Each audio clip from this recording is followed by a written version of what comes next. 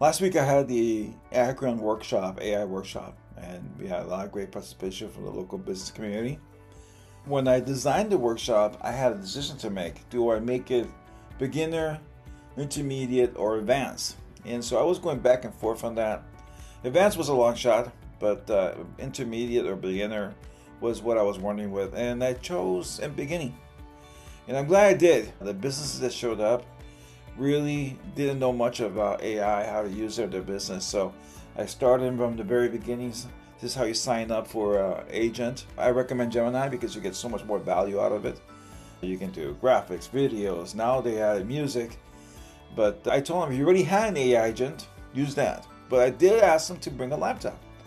This is a hands-on AI workshop. You're doing and not just listening to me all day. It was from 10 to 3. We walked them through several exercises. The vibe coding exercise was the complete hit. They were able to open their eyes as to how quick to program in AI, how easy it is. We did images and we did fun exercises, not just business stuff too. So it was based on the feedback I got, the surveys, it was a complete success, and we're looking forward to repeating that in Chicago in June. So be on the lookout for that, and if you didn't make it to Akron, maybe you can join us in Chicago in June.